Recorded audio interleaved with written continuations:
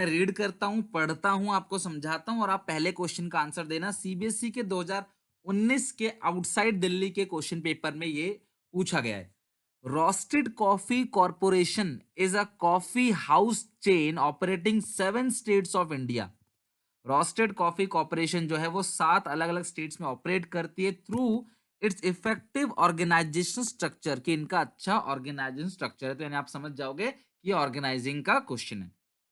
It has grown despite pressure from competitor in the national market. National market में यानी कि देश के अंदर बहुत कंपटीशन होने के बाद भी इनका ग्रो हो रहा है। The company has a purchase and production, एक परचेज डिपार्टमेंट है, एक प्रोडक्शन डिपार्टमेंट है, सप्लाई चेन है जो सामान को सप्लाई करता है, ट्रांसपोर्ट करेगा, लॉजिस्टिक डिपार्टमेंट है, ब्रांडिंग डिपार्टमेंट है एंड सेल डिपार्टमेंट। बेटा ये क्या हो रहा है, अलग अलग फंक्शन का अलग अलग डिपार्टमेंट है। परचेज एक अलग फंक्शन है, प्रोडक्शन अलग फंक्शन है, सप्लाई चेन अलग फंक्शन है, लॉजिस्टिक अलग फंक्शन है, ब्रांड मैनेजमेंट अलग फंक्शन है, sales department is different and every department, हर डिपार्टमेंट अपना अपना फंक्शन करेगा। This structure has facilitate operational efficiency as employees become specialist within the own realm of expertise, यानी अपने काम में हर कोई एक्सपर्टाइज है, एक ही काम को बार बार करते करते।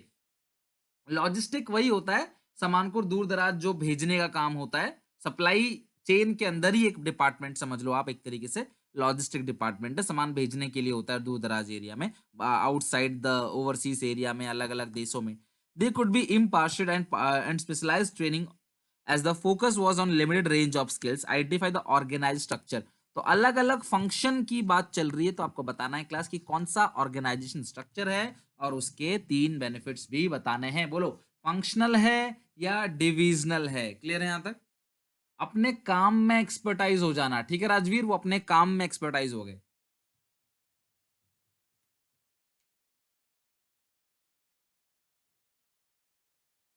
बताओ सब लोग, फंक्शनल है या डिविजनल है? तो यहां पे सबका आंसर करेक्ट है। ये फंक्शनल स्ट्रक्चर है क्योंकि इसमें अलग अलग फंक्शन के हिसाब से डिपार्टमेंट बनाया गया है, तो ये फंक्शनल स्ट्रक्चर है। क्लियर है यहां तक? चलो डन। ये own class realm of expertise मतलब अपने क्षेत्र में एक्सपर्टाइज हो गया, अपनी फील्ड में, ठीक है, फील्ड आप लिख सकते हो। तो ये फंक्शनल स्ट्रक्चर है और आप इसके अंदर जो इसके बेनिफिट है फंक्शनल स्ट्रक्चर के, तो वो बेनिफिट आप इसके अंदर लिख सकते हो। बताओ किसी बच्चे को कोई दिक्कत परेशानी इस पर्टिकुलर क्वेश्चन में? फंक्शनल स्ट्रक्चर क्लियर हो गया सबको? Come to the next question. तो अगर आपको चैप्टर अच्छे से लर्न है, सारे बच्चों को सही है, अगर आपको चैप्टर अच्छे से लर्न है, एक भी बच्चे गलत नहीं है, all are correct and well done. बहुत अच्छी बात है, कॉन्फिडेंस आता है और पढ़ाने में मजा आता है जो आप सही आंसर दे रहे हो। तो चलो सेकंड क्वेश्चन, यहाँ पे मैं क्वेश्चन को आंसर हाइड कर देता हूं, आप लोग मुझे सेकंड क्वेश्चन का आंसर दो। चलो चेक करते हैं, फटाफट चेक करते हैं। Infocom has diversified itself into 7 product line. Infocom ने 7 प्रोडक्ट लाइन, क्लास 1 2 नहीं, 7 प्रोडक्ट लाइन है।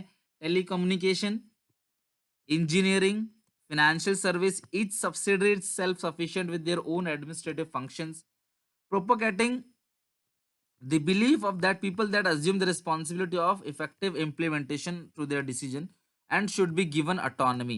This has reduced the need of the direct supervision by the supervisor, has promoted flexibility, initiative and faster decision making. देखो flexibility in initiative और faster decision making advantages है, एक तरीके से importance है। किसका importance है आगे पढ़ते हैं। Orders of customer are never delayed, customer का order कभी delay नहीं होता, result of policy decision top management। भाई देखो, अब ये पूछा है कि 2 points of the importance of the concept being discuss here.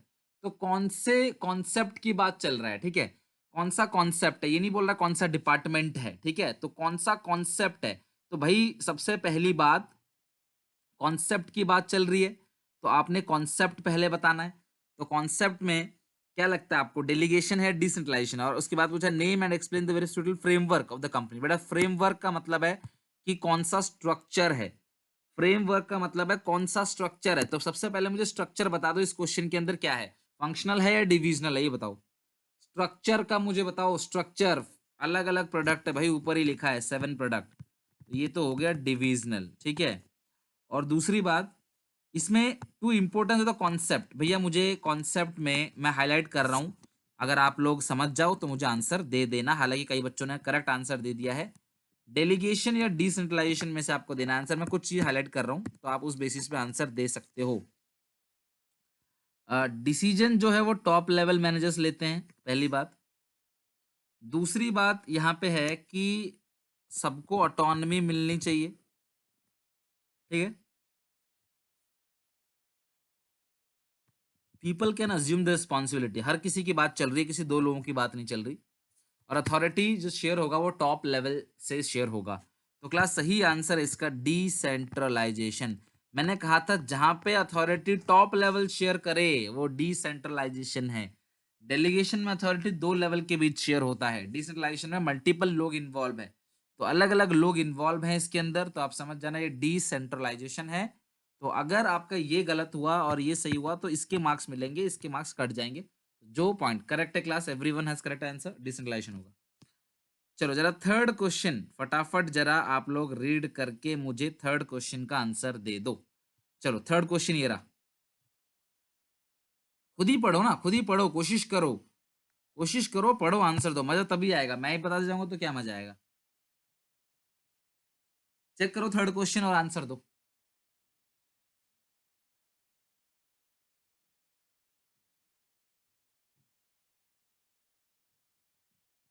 Third question का आंसर।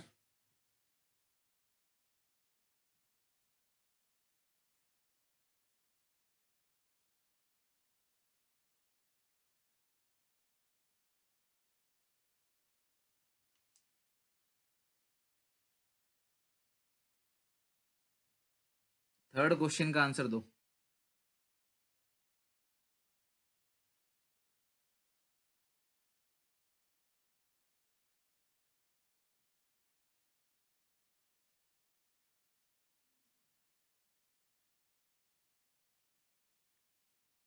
चलो कई बच्चों का आंसर आने लग गया है। सताक्षी वेल्डन करेक्ट है, उत्कर्ष करेक्ट है, गीतांजलि, गौरव, ठीक है, सबका सही है। राहुल, शालू करेक्ट है बेटा आपका, केशव करेक्ट है भाई, रवि भाई करेक्ट है, ठीक है। तो इसका जो सही आंसर है वो डिसेंट्रलाइजेशन है। अभिक बिल्कुल correct. E solution limited started its operation in the year 2000. At the time of its inception, the company had only 10 employees with two department, production department or administrative department, administration department. The product supply and service provided by the company started gaining popularity over the year. इनका product popular हो रहा है दिन ब दिन, साल भर साल इनका प्रोडक्ट पॉपुलर हो रहा है। The management had faith in the abilities of the employees and thus they allowed them freedom of action. तो मैनेजमेंट ने क्लास भरोसा दिखाते हुए फ्रीडम ऑफ एक्शन दिया। The management recognize that the decision makes at different level of the organization need to be given more autonomy. They took a policy decision that there will be less control of superior over the subordinate. This increased the role of subordinates in the organization. Now they were in position to take numerous as well as an important decision. As a result, its business had diversified into many areas. Presently, it has operation throughout the country, 7 branches overseas, यानी कि अलग अलग countries में branches हैं. Its organizational structure has now changed into divisional structure. 10,000 people are working with the company. Company में 10,000 worker हैं, ठीक है। Identify the concept of management with the which help the company to diversify its areas and branches abroad. Concept of management जब पूछे तो centralisation और decentralisation की बात होगी। तो यहाँ पे मतलब डेलीगेशन और डिसेंट्रलाइजेशन, तो यहाँ पे जो करेक्ट आंसर है जो बच्चों ने दिया है क्लास वो है डिसेंट्रलाइजेशन। ध्यान रखना, डिसेंट्रलाइजेशन। डाइवर्सिफाई ऑर्गेनाइजेशन है, डिसेंट्रलाइजेशन। तो जब भी यहाँ पे बात होगी कि दो डिपार्टमेंट थे, डिपार्टमेंट से बढ़ा दिया, तो हर किसी लेवल पे अथॉरिटी को शेयर कर रहे हैं। मोर ऑटोनॉमी, ज्यादा से ज्यादा वो आजादी दे रहे हैं। तो जहां मोर ऑटोनॉमी होता है वो डिसेंट्रलाइजेशन है। इसके अलावा क्लास और कोई खास ऐसा पॉइंट जिससे आपको पता चला कि ये डिसेंट्रलाइजेशन है, बताओ फटाफट। और कोई पॉइंट जिससे आपको पता चलता है कि ये डिसेंट्रलाइजेशन होगा तो आप चेक करो क्लास, आपको क्लियरिफाई कर देता हूं। The concept is decentralisation is discuss about decentralisation refers to the process of systematic dispersal. Systematic dispersal of authority, जो टॉप लेवल से हर एक इंसान के पास पहुंचेगा, तो उस चीज को हम लोग बोलते हैं क्लास डिसेंट्रलाइजेशन। और उसके 5 इंपोर्टेंस आपको बोला गया था लिखने के लिए। हाँ, role of subordinate, very good, role of subordinate भी है। 5 इंपॉर्टेंस है वो आप लिख सकते हो। इसके अलावा इसके ऑप्शन में भी एक क्वेश्चन है, ये भी बना लो क्लास लगे हाथ। कॉन्सेप्ट बोला है, और कॉन्सेप्ट अगर बोलता है तो समझ जाना कि सेंट्रलाइजेशन और डिसेंट्रलाइजेशन में से ही कोई एक होगा, तो इसका ऑप्शन जो है वो आपने बताना है। One of the question that needs to be answered in the organization function, at what level of decision are made, किस लेवल पे डिसीजन लिया जाएगा। Decision making authority in an organization can be pushed down to the lower level, or it may be lie with the top level management. However, it is not either class or concept. When an organization grow in size complexity, there is a tendency toward the sharing of decision authority with the lower levels. ध्यान रखना, sharing authority with the lower levels. This is because in the large organization, employees who are closely involved in certain operation tends to have more knowledge about them than the top level management. तो class जो काम में involve है उसको ज्यादा knowledge होगा production से related, rather than top level से ज्यादा उनको नॉलेज होगा। An important concept of organising function, तो कौन सा कॉन्सेप्ट है क्लास, ये भी सेम टू सेम डिसेंट्रलाइजेशन है। अब बच्चों के मन में बार बार आ रहा होगा सर डेलीगेशन का कैसे पता चलेगा, ये तो सारा डिसेंट्रलाइजेशन हो रहा है, तो आगे क्वेश्चंस आएंगे, डोंट वरी। फोर्थ क्वेश्चन का आंसर फटाफट जरा, फोर्थ क्वेश्चन का आंसर आ जाओ, फोर्थ क्वेश्चन का आंसर देना स्टार्ट करते हैं। ऑर्गेनाइजेशन स्ट्रक्चर पूछा है, तो कितने स्ट्रक्चर होते हैं, 2, फंक्शनल और डिविजनल। चलो पढ़ो फटाफट और बताओ कि ये कौन सा स्ट्रक्चर है, फंक्शनल है या डिविजनल है।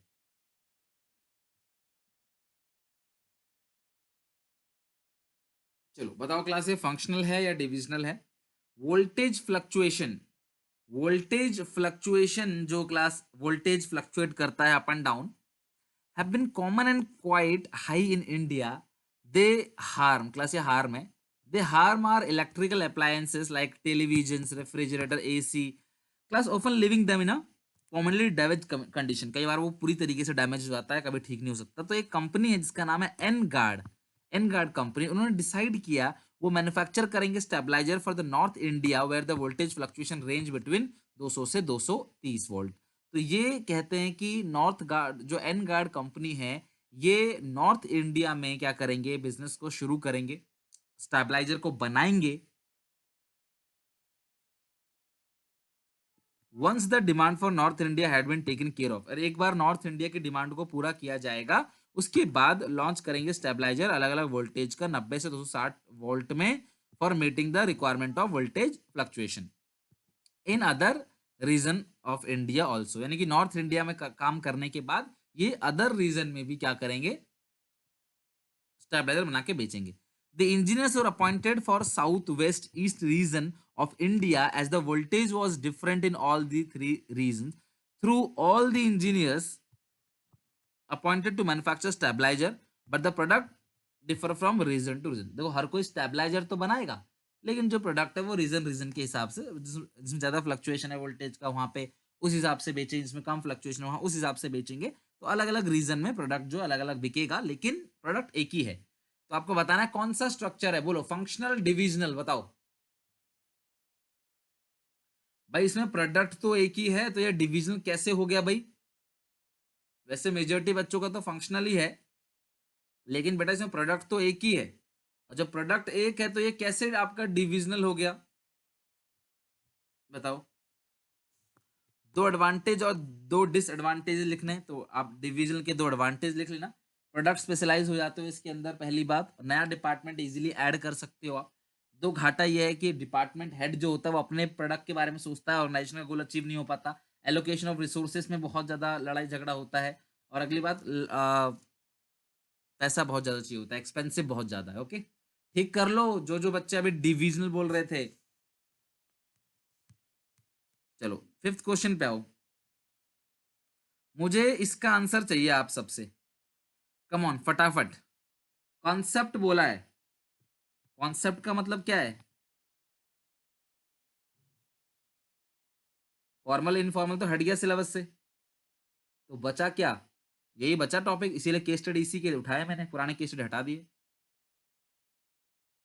कविता घाय वाला क्वेश्चन पढ़ो और मुझे आंसर बताओ, पूरा क्वेश्चन चेक करो, पढ़ो, समझो और मुझे आंसर बताओ। कौन सा कॉन्सेप्ट है, डेलीगेशन या डिसेंट्रलाइजेशन।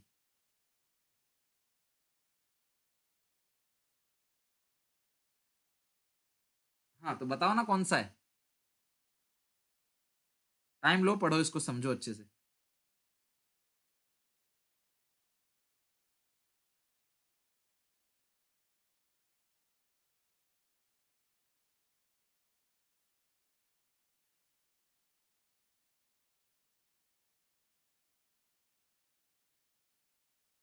करेक्ट आंसर है, अभी तक सबका करेक्ट है।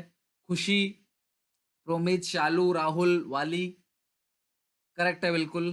केशव करेक्ट है भाई। गीतांश करेक्ट है। गीतांजलि करेक्ट है। राजवीर करेक्ट है। उत्कर्ष। तो अब कहां से समझ गए कि ये डेलीगेशन है? किस पॉइंट से पता चला कि डेलीगेशन है? अभी तक तो सारा डिसेंट्रलाइजेशन हो रहा था। क्या ऐसा पॉइंट आपको पता चला, बताओ, जिससे डेलीगेशन है? वेरी गुड, सिंगल पर्सन को दिया है। कविता घाय was a managing director of restaurant in Lucknow, a healthy kitchen के नाम से। यहाँ पे the restaurant was doing well in the volume of work started, जो इनका काम है वो इंक्रीज स्लोली एंड स्टेडली। कविता जो है वो मतलब कहीं ना कहीं इनका डाउन हो रहा था। और कविता घाय ने क्या किया, अकेला सारा काम तो नहीं कर सकती वो। तो the increasing magnitude of work made in it practical impractical, उसके लिए बहुत मुश्किल था कि ये सारा काम अकेले संभालना। तो उसने किसको अपॉइंट किया? निखिल गुप्ता को। तो कविता ने किसको अपॉइंट किया? निखिल को। कितने लोग इन्वॉल्व है? दो, एज अ जीएम ऑफ, मतलब general manager of Healthy Kitchen Lucknow, and gave him right of command to subordinate and take the action with the scope of his position. तो जितना उसका पोजीशन दायरा है उसके हिसाब से उसको डिसीजन लेना है। For smooth running of the restaurant she also gave him authority to hire, उसने उसको पावर दिया कि भाई तुम एम्प्लॉय हायर कर सकते हो, उनको ट्रेन कर सकते हो। कविता घाय satisfied with the work of Nikhil Gupta was able to open branches in restaurant in Agra. Agra और कानपुर में भी उन्होंने ब्रांच खोल दिए। तो कविता ने किसको दिया पावर? निखिल को। तो ये डेलीगेशन है, तो यहाँ पे डेलीगेशन है, दो लोग जो है वो इन्वॉल्व है। करेक्ट है क्लास हर किसी का? इंपोर्टेंस लिखना है आपको डेलीगेशन। तो आपको बताइए, मैंने डेलीगेशन और डिसलेशन में शॉर्टकट क्या बताया था? MEREFB, ये शॉर्टकट बताया था। एक बार मुझे बता दो, एम से क्या होता है, बताओ। एम से क्या होता है? MERB इंपोर्टेंस बताया था आपको। एम से क्या है? एक भी आंसर नहीं आया। एम से मोटिवेशनल है, किसने बोला? एम से क्लास क्या होता है? मोटिवेशन ऑफ एम्प्लॉइज, पूरा लिखो, मोटिवेशन ऑफ एम्प्लॉइज, ठीक है। ई से एम्प्लॉइज डेवलपमेंट, आर से रिड्यूस द वर्कलोड ऑफ जो मैनेजर है, इससे एफिशिएंट एफिशिएंट मैनेजमेंट, ठीक है, या एफिशिएंसी। एफ से क्या होता है? एफ से बताओ। बी से तो बेटर परफॉर्मेंस हो गया, और एफ से क्या होता है? फटाफट बताओ। एफ से फैसिलिटेट ग्रोथ, ठीक है। चलो, एक सिक्स्थ क्वेश्चन है, जरा इसका आंसर फटाफट दो। जितने ज्यादा क्वेश्चन की प्रैक्टिस होगी उतने ही आप एक्सपर्ट बनोगे, बस आप ध्यान रखना।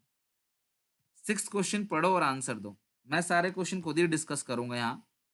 जल्दी से सिक्स क्वेश्चन, सब पेपर का क्वेश्चन है, 2018 का पेपर का क्वेश्चन है, ठीक है। पढ़ो और आंसर दो सिक्स क्वेश्चन का, जल्दी से आंसर सब लोग दो।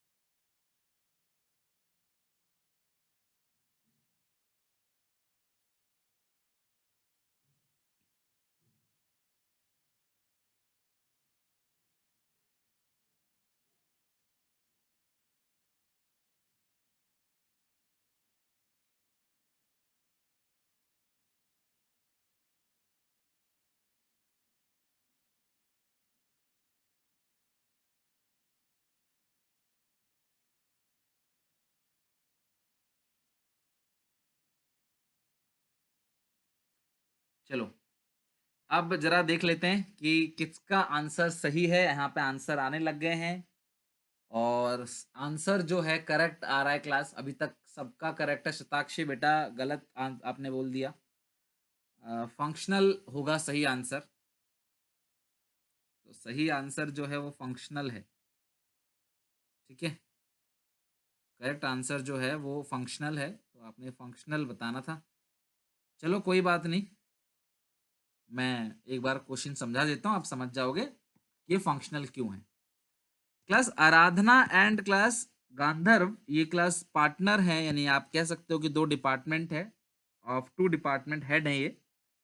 Their efficient manager are able to motivate the employees of their respective department to improve the performance. However, they drive to excel into their own sphere of activity instead of giving emphasis on objective of enterprise. अपना अपना class activity करते हैं, ये लोग organisation की activity पे ध्यान नहीं देते। Had hindered the interaction between the department of class आराधना और class Gandharva are heading of then there are interdepartmental conflicts। एक दूसरे की देखो दो अलग अलग डिपार्टमेंट है और डिपार्टमेंट में कॉन्फ्लिक्ट्स हो रहा है, they had become incompatible. This has prove to be harmful in the fulfilment of organisational objective. दोनों अपने बारे में सोच रहे हैं, दोनों डिपार्टमेंट की लड़ाई हो रही है जिसकी वजह से ऑर्गेनाइजेशन का ऑब्जेक्टिव अचीव नहीं हो पा रहा है। दिस सिचुएशन हैज डिटराइज यानी कि बर्बाद कर दिया extent that CEO of class Yumco Limited has hired a consultant of Rashmi to resolve the problem। रश्मि को हायर किया गया प्रॉब्लम को सुलझाने के लिए। After studying the situation closely Rashmi found that the problem arising due to inflexibility और narrow perspective. Inflexibility बताओ किसमें होती है, फंक्शनल में या डिविजनल में, फटाफट मुझे बताओ। इनफ्लेक्सिबिलिटी किसके अंदर होती है, फंक्शनल में या डिविजनल है, बताओ। इनफ्लेक्सिबिलिटी मुझे सिर्फ इतना बता दो शताक्षी आप, ये जो इनफ्लेक्सिबिलिटी है, देखो सिंपल सी बात, क्वेश्चन कह रहा है कि आराधना और गंधर्व दो अलग अलग डिपार्टमेंट के हेड हैं यूमको लिमिटेड के, लेकिन दोनों डिपार्टमेंट हेड अपने बारे में अपनी सोचते हैं, अपने बारे में काम करते हैं, अपने आप को इंप्रूव करने की बात करते हैं। ऑर्गेनाइजेशन का जो गोल है उससे उनको कोई लेना देना नहीं, जिसकी वजह से दोनों डिपार्टमेंट के बीच कॉन्फ्लिक्ट्स हो रहा है, लड़ाई झगड़ा हो रहा है, जिसकी वजह से यूमको लिमिटेड ने रश्मि को हायर किया और रश्मि ने पता लगाया कि लड़ाई झगड़ा इसलिए हो रहा है क्योंकि इनफ्लेक्सिबिलिटी है। तो इनफ्लेक्सिबिलिटी तो फंक्शनल के अंदर पढ़ा था ना आपने, and a narrow perspective on the part of both Aradhana or Gandharv. She is the view in that situation is a result type of तो ये बताओ क्लास की किस टाइप ऑफ ऑर्गेनाइजेशन स्ट्रक्चर की बात कर रही है। तो यहाँ पे क्लास जो रश्मि है वो बात कर रही है फंक्शनल ऑर्गेनाइजेशन स्ट्रक्चर की, और इसके आपको बताने हैं दो एडवांटेजेस, ठीक है। चलो अब हो गया क्लास फंक्शनल, अब आप समझ जाना कि दो एडवांटेज आपको बताने थे। सेवेंथ क्वेश्चन है यहाँ पे, सेवेंथ क्वेश्चन, ये पूरा क्वेश्चन यहाँ पे तो आपने आंसर देख लिया होगा, बट पढ़ लेते हैं क्या है class seventh question. Aman Chadha class started Bull Eye a company of providing cyber security solution. Company cyber security solution देगी, इनका ऑब्जेक्टिव है प्रिवेंट करना, डिटेक्ट करना और रेस्पॉन्ड करना जितने भी साइबर अटैक होंगे और प्रोटेक्ट करना क्लास क्रिटिकल डाटा को। He was a hard working software engineer and an expert in cyber security. His reputation grew up by leaps and bounds as he was not only a person of integrity but also did his work with utmost honesty। पूरी ईमानदारी से, पूरी sincerity से ये काम करता है, जिसकी वजह से इसका business day by day grow कर रहा है। He was delighted when he was offered a big project। जब वो इतने अच्छे से काम कर रहा है तो उसे मिनिस्ट्री ऑफ डिफेंस, ये बहुत बड़ी बात है कि मिनिस्ट्री ऑफ डिफेंस से उसे एक प्रोजेक्ट मिला, और class he found that the volume work made is impractical for him to handle all the work. देखो जहां पे आप खुद काम नहीं कर सकते सारा, जिसकी वजह से तुम काम को नीचे लेवल पे बांटते हो, उसको कहते हैं डेलीगेशन। ये क्लियरली मैंने बता रखा है आपको, जहां पर आप वर्कलोड को कम करने की बात करते हैं उसको बोलते हैं delegation, delegation of authority. He decided to expand a team. The company maintain a close connection with the local engineering college during campus placement। Ishaan और वृंदा को अपॉइंट किया गया है क्लास नए प्रोजेक्ट के लिए। Found that new employees capable है, enthusiastic है, ट्रस्ट वर्दी है। अमन चड्डा was thus able to focus on the objective with the help of the Ishan and Vrinda। The project was completed on time। Not only this, Aman Chadda was also be extend his area of operation। On the other hand, Ishan और वृंदा has got opportunity to develop the development exercise initiative. तो identify करना है class किस concept की बात कर रही है, हो रही है यहाँ पे। तो क्लास कॉन्सेप्ट जो है वो डेलीगेशन है, डेलीगेशन ऑफ अथॉरिटी। जब आप अपना वर्कलोड कम करने की बात करते हो तो उसको बोलते हैं डेलीगेशन। तो डेलीगेशन और डिसेंट्रलाइजेशन मैंने रिवीजन में आपको बहुत अच्छे से समझाया हुआ है, आई होप आप इसे कर लोगे, ठीक है। ऑल्सो स्टेट फॉर इंपोर्टेंस, तो आपको बता ही रखा है क्लास, जो इंपोर्टेंस आपने याद कर रखे हैं, अभी डिस्कस किया भी था, तो वो आपने इंपोर्टेंस उसमें लिख देने, ठीक है। चलो अब अगला क्वेश्चन है क्लास एट्थ क्वेश्चन, इसका आंसर जरा फटाफट मुझे बता दो। एट्थ क्वेश्चन जरा थोड़ा बड़ा क्वेश्चन है, 5 मिनट टाइम लो, आराम से पढ़ो और इसका आंसर सोचो क्या होगा। बेसिकली देखो क्वेश्चन जितने भी आज तक आए हैं डेलीगेशन डिसेंट्रलाइजेशन के ऊपर पूछा गया है, या आपको फंक्शनल और डिविजनल के ऊपर पूछा गया है, तो आप आराम से कर लोगे, कोई दिक्कत नहीं आएगी इसमें। चलो पढ़ो जरा इसको फटाफट, चेक करो, पढ़ो। बिल्कुल, ये सब क्वेश्चन एग्जामिनेशन में आ चुके हैं, ठीक है।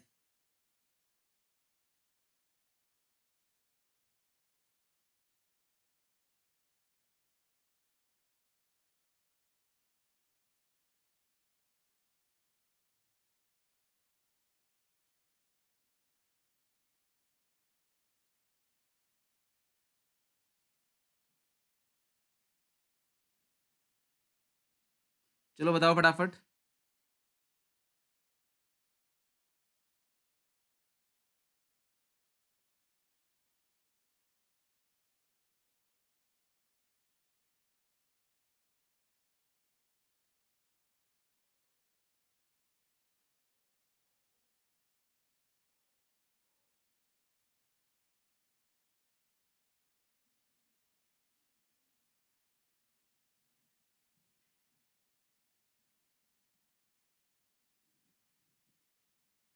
बताओ क्या होगा जल्दी से। क्या डेलीगेशन आंसर आ रहा है? डेलीगेशन। तो क्वेश्चन में आपको पूछा क्या है पहले पूरा वो तो पढ़ लो। क्वेश्चन आपको पूछ क्या रहा है, थोड़ा सा मैं और दिखाता हूं इसको।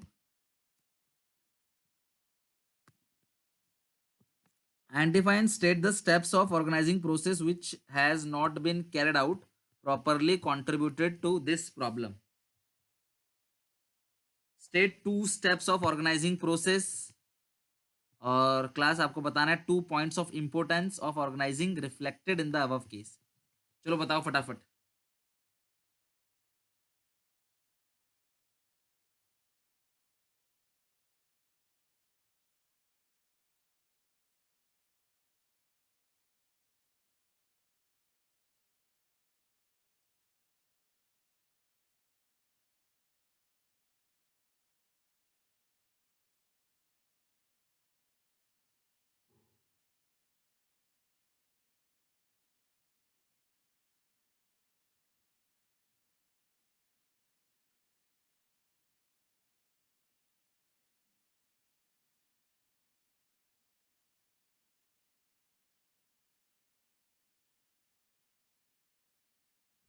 चलो अब हम देख लेते हैं इसमें क्या लिखा हुआ है। रामदास जो है वो वर्किंग करता है एक एविएशन कंपनी में।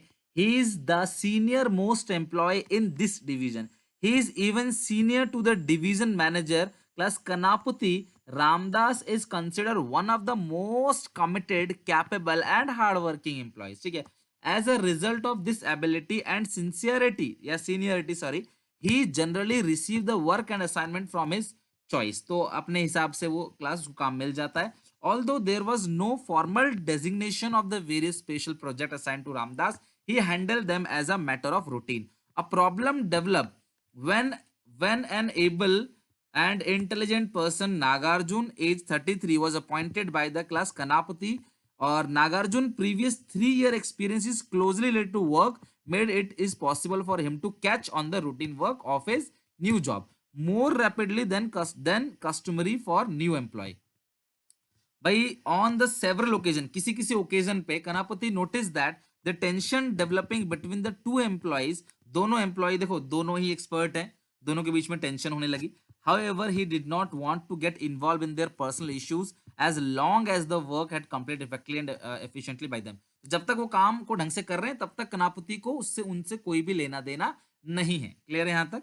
One day the tension between the reach the boiling point, tension बहुत बढ़ गई, बहुत हाई हो गया टेम्पर, और Ramdas complain to the Kanapati stating that his duties were being largely taken over by Nagarjun. Ramdas कहता है कि नागार्जुन ने मेरी बहुत सारी ड्यूटीज ले ली। तो class Kanapati issued the order stating the clear allocation of the job and related duty between the two. तो जो कनापति है उसने क्या किया, दोनों के बीच में जॉब्स को क्लियरली बांट दिया कि भाई तुम्हारा ये जॉब है और तुम्हारा ये जॉब है, दोनों जॉब बांट दिया। He further clarify the working relationship between them, कि दोनों के बीच में कौन क्या क्या रिलेशनशिप है, कौन सुपीरियर है कौन सबऑर्डिनेट है। साफ साफ क्लियर कर दिया कि नागार्जुन और जो दूसरा है क्लास, ठीक है, उन दो रामदास, दोनों में कौन सुपीरियर है कौन सबऑर्डिनेट है। This help the reducing workload, इससे वर्कलोड कम हो गया, प्रोडक्टिविटी जो है वो क्लास कहीं ना कहीं बढ़ गया और एम्बिग्यूटी जो था वो खत्म हो गया। तो आइडेंटिफाई करना है the steps of organising process. लो, इन्होंने पैराग्राफ भले ही कितना भी टफ दिया हो, लेकिन साफ साफ इन्होंने बोल दिया कि आपको स्टेप्स बताने हैं ऑर्गेनाइजिंग प्रोसेस के। तो ये कौन सा स्टेप है जो क्लास कैरिड नहीं किया जा रहा था, इसके से प्रॉब्लम हो रहा था, वो था असाइनमेंट ऑफ ड्यूटी। आपने दो दो लोगों को एक साथ रख दिया और ड्यूटी नहीं बताई कि किसकी क्या ड्यूटी है, समझ रहे हो बात को? तो इससे लड़ाई झगड़ा तो होना ही था। तो असाइनमेंट और जो है असाइनमेंट ऑफ ड्यूटी जो है वो बिल्कुल करेक्ट ऑप्शन होगा इसका।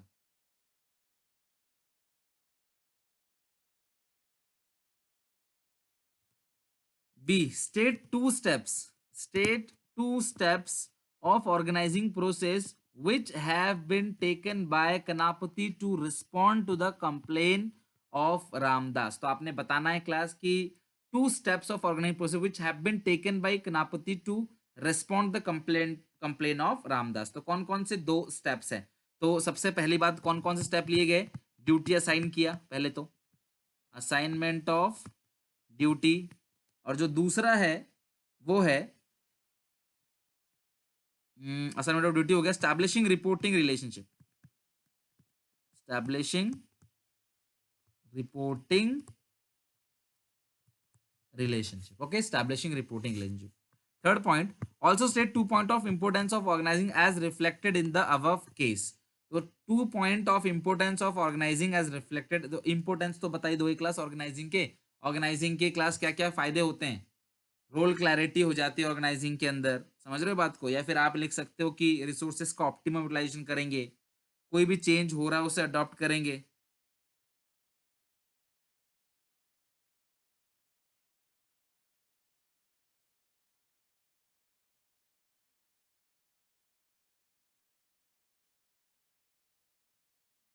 चलो,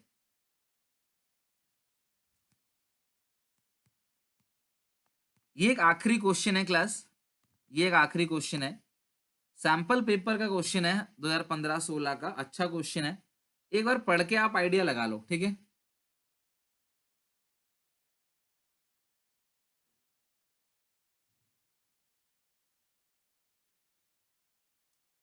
किरण industries is a company dealing in office furniture. Kiran limited office furniture में डील करते हैं। The company choose to diversify its operation to improve its growth potential and increase market share. As the project was important, many alternatives were generated for the purpose and were thoroughly discussed among the member of the organization. After evaluating the various alternative, Sukhwinder जो MD है decide किया है they should add home interior and furnishing as a new line of business. बेटा मुझे सिर्फ इस line से ही पता चल गया आंसर क्या होगा, सिर्फ इसी लाइन से ही आंसर पता चल गया। New line of business, home interior और फर्निशिंग, ये नई लाइन ऑफ बिजनेस को ऐड करेंगे। सोनू कश्यप भाई क्या पढ़ते हो? न्यू लाइन जब ऐड करते हैं तो न्यू लाइन किस में ऐड होता है? न्यू लाइन किस में ऐड हो, सबका सही है।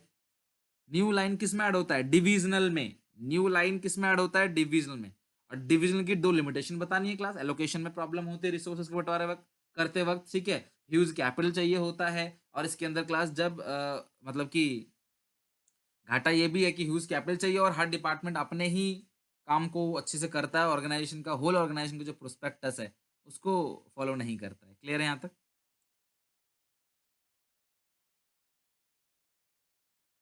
चलो डन।